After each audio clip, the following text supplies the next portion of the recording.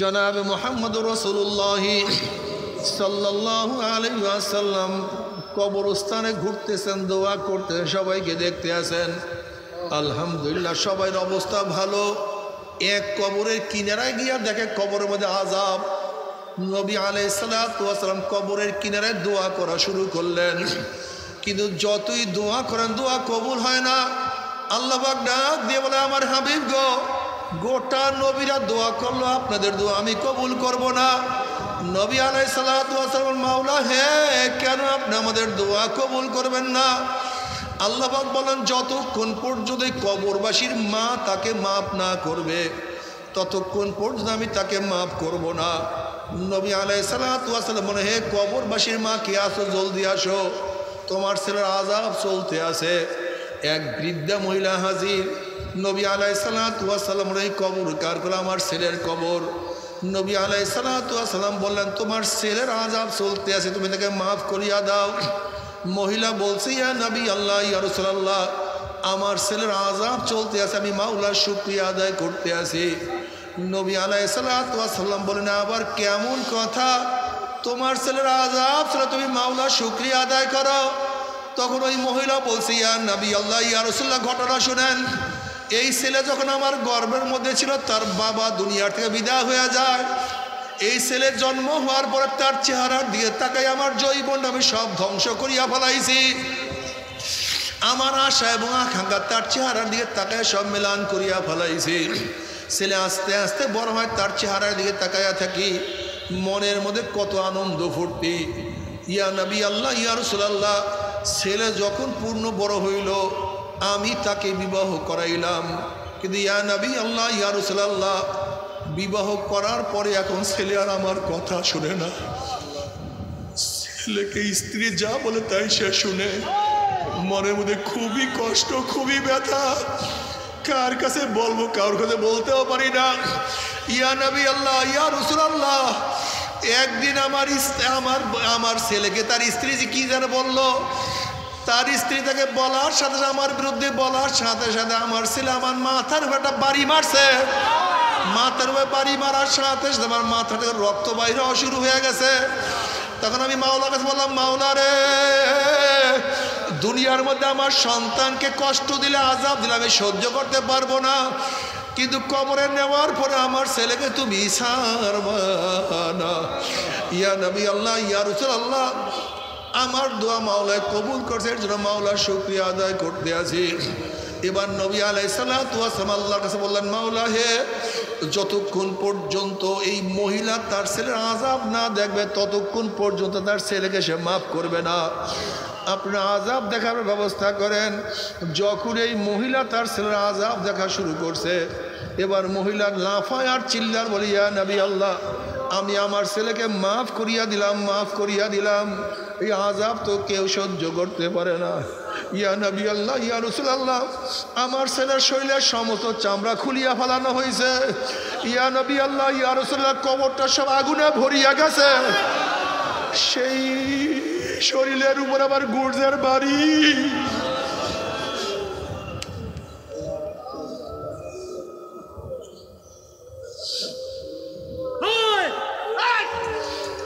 যুবক বাবারা,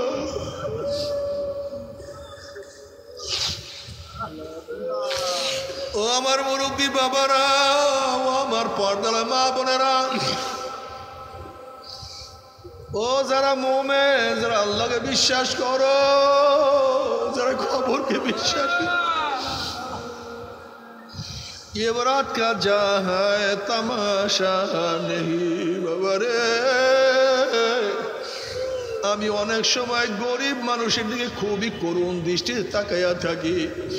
ওরে রিক্সাওয়ালা ভাই, ওরে ঠেলাওয়ালা ভাই, ওরে শ্রমিক, সারাদিন রোদের মধ্যে কাজ করতে করতে পিঠটাকে কালো বানাইয়া ফেলাইছো। দুনিয়াতে আনন্দ ফুর্তি করতে পারো না, আবার কবরে গিয়া যদি গুর্জের বাড়ি শুরু হইয়া যায়, ওরে বদনসি, তোর চেয়ে বড় কপাল পরার কেউ হইতে পারে না। বাপ মা খুবই দামি, যেটা বলতেছিলাম, মাদের কত দাম আমার মাওলায় বানায় দিছে। বাপ মাকে আমার মাওলায় কত দামি বানায় দিছে। বুখারীর মধ্যে রওয়ায়াত আছে 3 ব্যক্তি কোন কাজে বাহিরে বের হইছে। কয় ব্যক্তি? 3 ব্যক্তি। হঠাৎ ঝড় বৃষ্টি শুরু হয়ে গেছে, তারা পাহাড়ের কোন গুহার মধ্যে পলায় গেছে। আল্লাহ পাকের কি কুদরত, গুহার উপরে একটা বড় ভারী পাথর পড়িয়া গেছে, বড় ভারী পাথর পড়িয়া গেছে, যা অতিক্রম করিয়া বের হওয়ার কোনো সম্ভাবনা তাদের মধ্যে নাই। এখন একজন আর একজনকে বলছে, ভাই যে জীবনে কোনো ভালো ন্যাকের কাজ করছো সেই ন্যাকের উসিলে আল্লাহর কাছে দোয়া করে মাওলা যেন আমাদের এই বিপদ থেকে উদ্ধার করিয়া দেয়। একজন আল্লাহর কাছে দোয়া করতে, মাওলা হে তুমি জানো আমার এক চাচাতো বোনের সাথে আমার খুবই সম্পর্ক ছিল, তার ভীষণ প্রয়োজন ছিল, সে আমার কাছে কিছু নেওয়ার জন্য আসছে।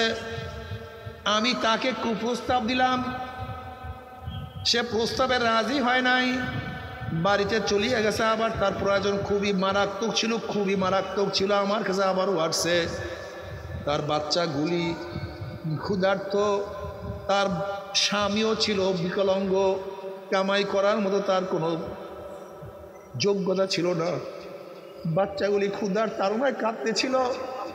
কিন্তু আমি এই অবস্থায় তাকে কিছু না দিয়েছি, খারাপ প্রস্তাব দিয়েছি, কিন্তু সে রাজি হয় নাই। বাড়িতে গিয়ে দেখে বাচ্চার অবস্থা খুবই খারাপ, স্বামীও তো কিছু খাইতে পারে নাই, বাচ্চারাও কিছু খাইতে পারে নাই। আবারও তৃতীয়বার সে আমার কাছে আসছে, আমি আবারও খারাপ প্রস্তাব দিলাম। এবার বাচ্চাদের জন্য সে রাজি হয়ে গেল, কিন্তু আমি যখনই খারাপ কাজ করার জন্য উদ্বুদ্ধ হইলাম অমনি তার সমস্ত শরীর কম্পন সৃষ্টি হয়ে গেছে, হাত পা কাঁপা শুরু হয়ে গেছে। আমি বললাম, তুমি এত কেন কাঁপো? আল্লাহর ভয়ে অবৈধভাবে কোনো কিছু করা ঠিক না, আল্লাহকে ভয়।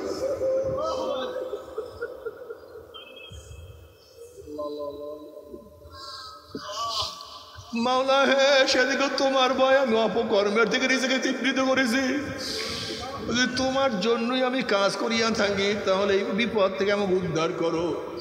অমনি পাথরে কিছু গুহার কিছু অংশ ফাঁক হয়ে গেছে। আর একজনে বলছে, মাওলা তুমি জানো আমি 2 জন লোক নিছিলাম, একজন ভোরের থেকে তাকে নিছিলাম, সে ভোরের থেকে কাজ শুরু করছে, আমি তার জন্য একটা মূল্য নির্ধারণ করছি। আর এক ব্যক্তি দুপুরে আসছে, দুপুরের থেকে কাজ শুরু করছে, আমি বিকালবেলা উভয়কে সমান সমান উজ্জাত দিয়া দিলাম।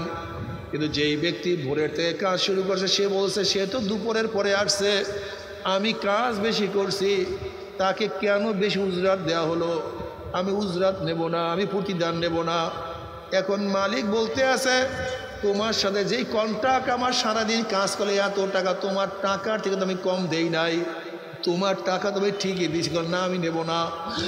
সে আমার টাকা না নিয়ে চলিয়া যায়। পরবর্তীতে সেই টাকা দিয়ে আমি ব্যবসা বাণিজ্য শুরু করি, অনেকগুলি বকরি, অনেকগুলি পাল ভেড়া, অনেক দুম্বা। অনেক দিন পর সে আসিয়া বলে, আমার সেই টাকা দাও। আমি বললাম, এই যা কিছু দেখো সব তোমার। সেই ব্যক্তি সব কিছু নিয়ে চলিয়া গেল, আমাকে কিছুই দিয়া গেল না, সব কিছু নিয়ে গেল। আমি আর কিছু বললাম না। মাওলা যদি তোমার জন্যই আমি তাকে এত ছাড় দিয়া থাকি তাহলে আমাকে বিপদ থেকে, আমাদের বিপদ থেকে মুক্ত পাও। অমনি দেখা যায় কিছু আরও ফাঁক হয়ে গেছে। আর এক ব্যক্তি বলছে, মাওলা হে তুমি জানো আমি আমার বাপ মাকে দুধ দোহন করিয়া খাওয়াই। আমি একদিন দুধ দোহন করিয়া নিয়ে আসিয়া দেখি আমার বাপ মা ঘুমাইয়া পড়ছে। আমি তাদেরকে জাগ্রত করাটাকে পছন্দ করলাম না। আবার আমার চিন্তা, বকরিগুলি দুম্বাগুলি সব ছাড়িয়ে আসছি, নেকড়ে বাঘ আবার খাইয়া না ফেলায়। কিন্তু বাপ মা আবার কখন জাগিয়া যায়, যদি উঠিয়া তারা ক্ষুধার্ত অবস্থায়, দুধ না পায় ক্ষুধার্ত অবস্থায় থাকবে। এর জন্য আমি সমস্ত বকরির মায়া ত্যাগ করিয়া বাপ মার মাথার কাছে সারা রাত্র দাঁড়াইয়াছিলাম। যদি তোমাকে সন্তুষ্ট করার জন্যই আমি এই কাজ করিয়া থাকি তাহলে এই বিপদ থেকে উদ্ধার করো। নবী আলাইহিস সালাতু ওয়াস সালাম ফরমান, সমস্ত গুহার মুখ উন্মোচন হয়ে গেছে, তারা গুহার থেকে বের হয়ে আসছে। বাপ মার খেদমতের কথা বলি আল্লাহর কাছে দোয়া করছে, আমার মাওলা দোয়া কবুল করিয়া ফেলাইছে। কিন্তু আমার যুবক বাবারা, ও মুরব্বী বাবারা, আজকে বাপ মাকে এত কষ্ট দাও, তোমার সে আমার সে বড় জালেম আর কেউ হইতে পারে না। আল্লাহ না করেও যদি মার সাথে বাবার সাথে খারাপ ব্যবহার করে, কবর কিন্তু উপায় হবে না। জনাবে মুহাম্মদুর রাসূলুল্লাহ সাল্লাল্লাহু আলাইহি ওয়াসাল্লাম কবরস্থানে ঘুরতেছেন, দোয়া করতে, সবাইকে দেখতে আছেন। আলহামদুলিল্লাহ সবাইয়ের অবস্থা ভালো। এক কবরের কিনারায় গিয়া দেখে কবরের মধ্যে আযাব। নবী আলাইহিস সালাতু ওয়াস সালাম কবরের কিনারায় দোয়া করা শুরু করলেন, কিন্তু যতই দোয়া করেন দোয়া কবুল হয় না। আল্লাহ পাক ডাক দিয়ে বলে, আমার হাবিব গো, গোটা নবীরা দোয়া করলো, আপনাদের দোয়া আমি কবুল করব না। নবী আলাইহিস সালাতু ওয়াস সালাম, মাওলা হে, কেন আপনি আমাদের দোয়া কবুল করবেন না? আল্লাহ পাক বলেন, যতক্ষণ পর্যন্ত কবরবাসীর মা তাকে মাফ না করবে, ততক্ষণ পর্যন্ত আমি তাকে মাফ করব না। নবী আলাইহিস সালাতু ওয়াস সালাম বলে, হে কবরবাসীর মা, কে আসো, জলদি আসো, তোমার ছেলের আযাব চলতে আছে। এক বৃদ্ধা মহিলা হাজির। নবী আলাইহিস সালাতু ওয়াস সালাম, এই কবর কার? করে আমার ছেলের কবর। নবী আলাইহিস সালাতু ওয়াস সালাম বললেন, তোমার ছেলের আযাব চলতে আছে, তুমি তাকে মাফ করিয়া দাও। মহিলা বলছে, ইয়া নবী আল্লাহ, ইয়া রাসূলুল্লাহ, আমার ছেলের আযাব চলতে আছে, আমি মাওলার শুকরিয়া আদায় করতে আছি। নবী আলাইহিস সালাতু ওয়াস সালাম বলেন, আবার কেমন কথা? তোমার ছেলের আযাব ছিল, তুমি মাওলার শুকরিয়া আদায় করো? তখন ওই মহিলা বলছে, ইয়া নবী আল্লাহ, ইয়া রাসূলুল্লাহ, ঘটনা শুনেন। এই ছেলে যখন আমার গর্ভের মধ্যে ছিল, তার বাবা দুনিয়ার থেকে বিদায় হয়ে যায়। এই ছেলের জন্ম হওয়ার পরে তার চেহারার দিকে তাকাই আমার যৌবন আমি সব ধ্বংস করিয়া ফেলাইছি। আমার আশা এবং আকাঙ্ক্ষা তার চেহারার দিকে তাকায় সব মিলান করিয়া ফেলাইছি। ছেলে আস্তে আস্তে বড় হয়, তার চেহারার দিকে তাকাইয়া থাকি, মনের মধ্যে কত আনন্দ ফুর্তি। ইয়া নবী আল্লাহ, ইয়া রাসূলুল্লাহ, ছেলে যখন পূর্ণ বড় হইল, আমি তাকে বিবাহ করাইলাম। কিন্তু ইয়া নবী আল্লাহ, ইয়া রাসূলুল্লাহ, বিবাহ করার পরে এখন ছেলে আর আমার কথা শুনে না। ছেলেকে স্ত্রী যা বলে তাই সে শুনে। মনের মধ্যে খুবই কষ্ট, খুবই ব্যথা। কার কাছে বলবো, কারোর কাছে বলতেও পারি না। ইয়া নবী আল্লাহ, ইয়া রাসূলুল্লাহ, একদিন আমার ছেলেকে তার স্ত্রী কি যেন বললো, তার স্ত্রী তাকে বলার সাথে সাথে, আমার বিরুদ্ধে বলার সাথে সাথে, আমার ছেলে আমার মাথার উপর একটা বাড়ি মারছে। মাথার উপরে বাড়ি মারার সাথে সাথে আমার মাথা থেকে রক্ত বাইর হওয়া শুরু হয়ে গেছে। তখন আমি মাওলার কাছে বললাম, মাওলা রে, দুনিয়ার মধ্যে আমার সন্তানকে কষ্ট দিলে, আযাব দিলে আমি সহ্য করতে পারবো না, কিন্তু কবরে নেওয়ার পরে আমার ছেলেকে তুমি ছাড়বা না। ইয়া নবী আল্লাহ, ইয়া রাসূলুল্লাহ, আমার দোয়া মাওলায় কবুল করছে, এর জন্য মাওলার শুকরিয়া আদায় করতে আছি। এবার নবী আলাইহিস সালাতু ওয়াস সালাম আল্লাহর কাছে বললেন, মাওলা হে, যতক্ষণ পর্যন্ত এই মহিলা তার ছেলের আযাব না দেখবে, ততক্ষণ পর্যন্ত তার ছেলেকে সে মাফ করবে না। আপনার আযাব দেখার ব্যবস্থা করেন। যখন এই মহিলা তার ছেলের আযাব দেখা শুরু করছে, এবার মহিলা লাফায় আর চিল্লার বলি, ইয়া নবী আল্লাহ, আমি আমার ছেলেকে মাফ করিয়া দিলাম, মাফ করিয়া দিলাম, এই আযাব তো কেউ সহ্য করতে পারে না। ইয়া নবী আল্লাহ, ইয়া রাসূলুল্লাহ, আমার ছেলের শরীরের সমস্ত চামড়া খুলিয়া ফেলানো হয়েছে। ইয়া নবী আল্লাহ, ইয়া রাসূলুল্লাহ, কবরটা সব আগুনে ভরিয়া গেছে। সেই শরীরের উপর আবার গুর্জের বাড়ি।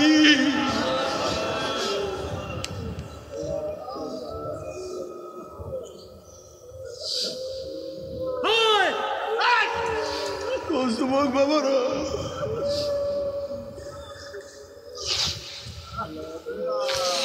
ও আমার মুরব্বী বাবারা, ও আমার পর্দার মা বোনেরা,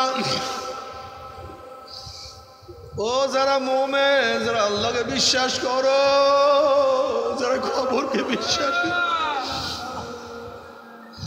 ये बारात का जा है तमाशा नहीं বাবারে। আমি অনেক সময় গরিব মানুষের দিকে খুবই করুণ দৃষ্টিতে তাকাইয়া থাকি। ওরে রিক্সাওয়ালা ভাই, ওরে ঠেলাওয়ালা ভাই, ওরে শ্রমিক, সারাদিন রোদের মধ্যে কাজ করতে করতে পিঠটাকে কালো বানাইয়া ফেলাইছো। দুনিয়াতে আনন্দ ফুর্তি করতে পারো না, আবার কবরে গিয়া যদি গুর্জের বাড়ি শুরু হইয়া যায়, ওরে বদনসি, তোর চেয়ে বড় কপাল পরার কেউ হইতে পারে না। ও আমার বড়লোক বাবারা, আমার বড়লোক মা বোনেরা, ও বড়লোকের দলেরা, আজকে ছোট্ট একটা কাঁটার আগা সহ্য করতে পারো না।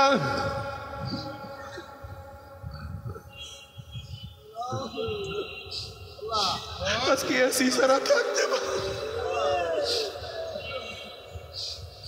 আজকে খালি পায়ে হাঁটতে পারো না, পায়ের মধ্যে ব্যথা লাগে, আজকে নরম বিছানা ছাড়া ঘুম আসে না। আবার খোদা না খাস্তা, খোদা না খাস্তা, কবরের মধ্যে যদি 99 সাপের কামড় শুরু হইয়া যায়, আল্লাহ আমাদের সবাইকে মাফ করিয়া দাও, সবাইকে ক্ষমা করিয়া দাও। গোটা দুনিয়ার মানুষের কলব ফারিয়া ফারিয়া হেদায়েত দিয়া দাও।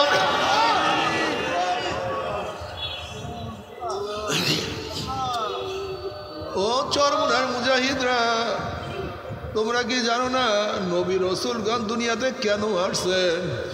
এই আল্লাহ বলা লোকদেরকে আল্লাহর সাথে মিলায়া দেওয়ার জন্য তারা দুনিয়াতে আসছে। আল্লাহর নাফরমানদেরকে আল্লাহর ওলি বানাবার জন্য তারা দুনিয়াতে আসছেন।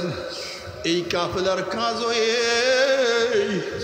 এই কাফেলার কাজ হল আল্লাহ বলা লোকদেরকে আল্লাহর সাথে মিলাইয়া দেওয়া, বেনামাজিকে নামাজের দ্বারা করাইয়া দেওয়া, যাদের দাড়ি নাই তাদেরকে দাড়ি রাখাবার ব্যবস্থা করা,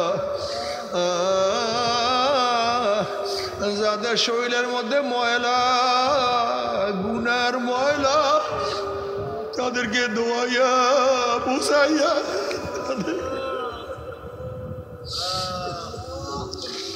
জুয়ার আড্ডার থেকে উঠাইয়া, মদের আড্ডার থেকে উঠাইয়া আল্লাহওয়ালাদের সাথে মিলাইয়া দেওয়া, আমার মাওলার সাথে মিলাইয়া দেওয়া। ও আমার বেনমাজি বাবারা, ও সুদখোরের দলেরা, হারাম খোরের দলেরা, ও আমার বেপরদা মা ও বোনেরা, ও মা ও বোনেরা, ফেরো, ও মা ফেরো।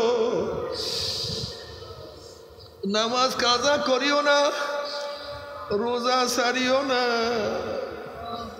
পর্দা করো, ইবাদতের মধ্যে থাকো।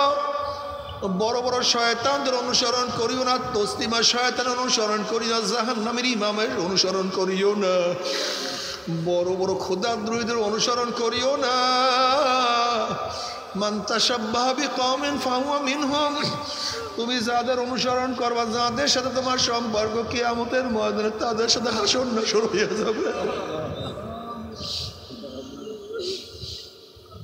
আর যে আম্মাজান খাদিজার অনুসরণ করো, আম্মাজান আয়েশার অনুসরণ করো, আম্মাজান হাফসার অনুসরণ করো, আম্মাজান উম্মে সালমার অনুসরণ করো,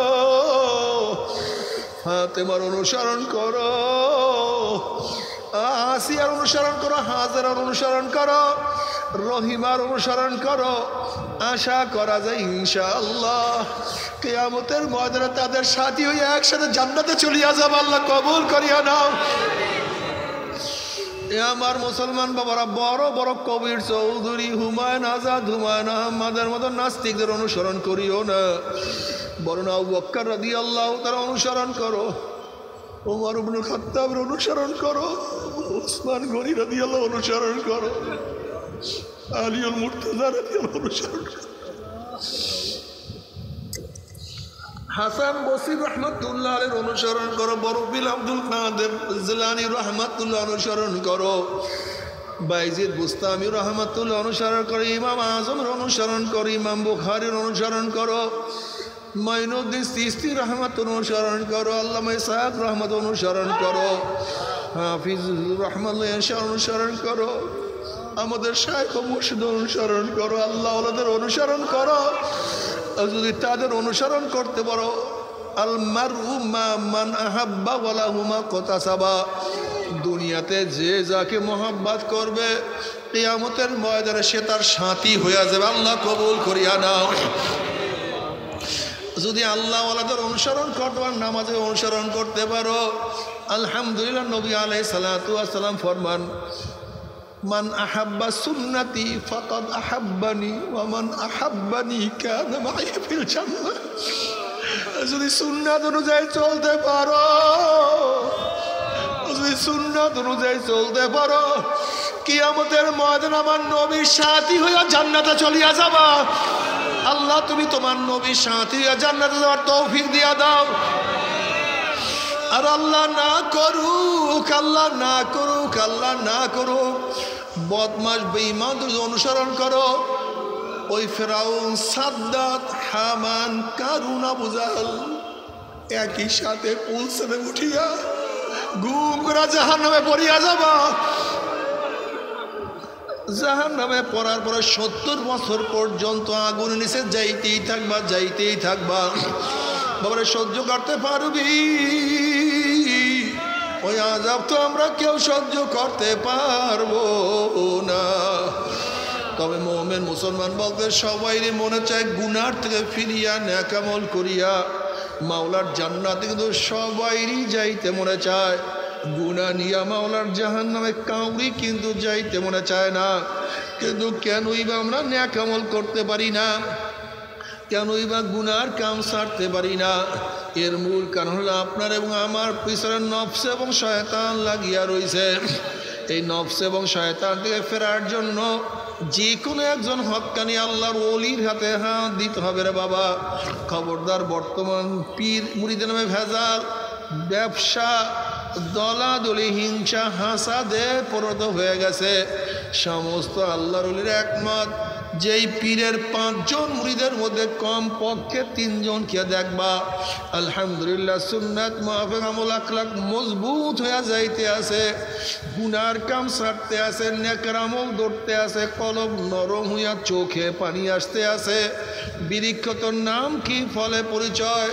আমি চরমোনাই বুঝি না, চরমোনার দাওয়াত, প্রশংসা, প্রচার প্রসার করার জন্য আসি রে বাবা। চরমোনায় যাওয়ার তোমার কোনো দরকার নাই, কোনো দরকার নাই, কোনো দরকার নাই।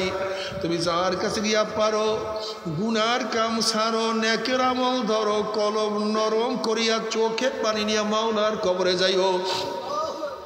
যেরকম দুনিয়ার ঘরে আগুন লাগলে পানি ছাড়া নিবানো যায় না, ঠিক তদ্রুপ তোমার এবং আমার গুনার দ্বারা যে জাহান্নামের আগুন জ্বলিয়া রইছে, চোখের পানিও ছাড়া কিন্তু জাহান্নামের আগুন নিবানো সম্ভব না।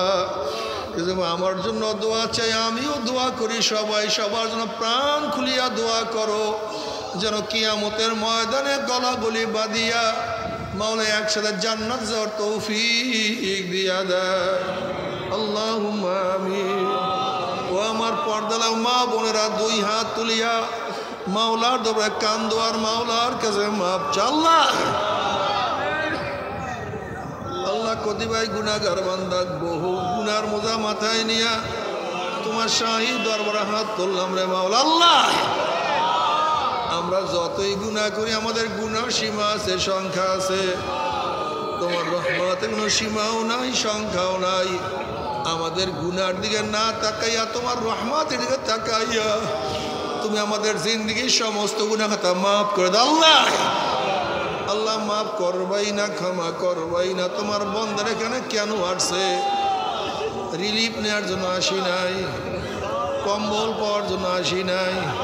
কেউ নামাজ কাজা করিয়া ফেলাইছি, রোজা সারিয়া দিছি, বেপরদা অপকর্মের মধ্যে লিপ্ত হয়ে গেছি, হারাম কবিরা গুনাহ করিয়া ফেলাইছি, জাহান্নামের কাজ করিয়া ফেলাইছি।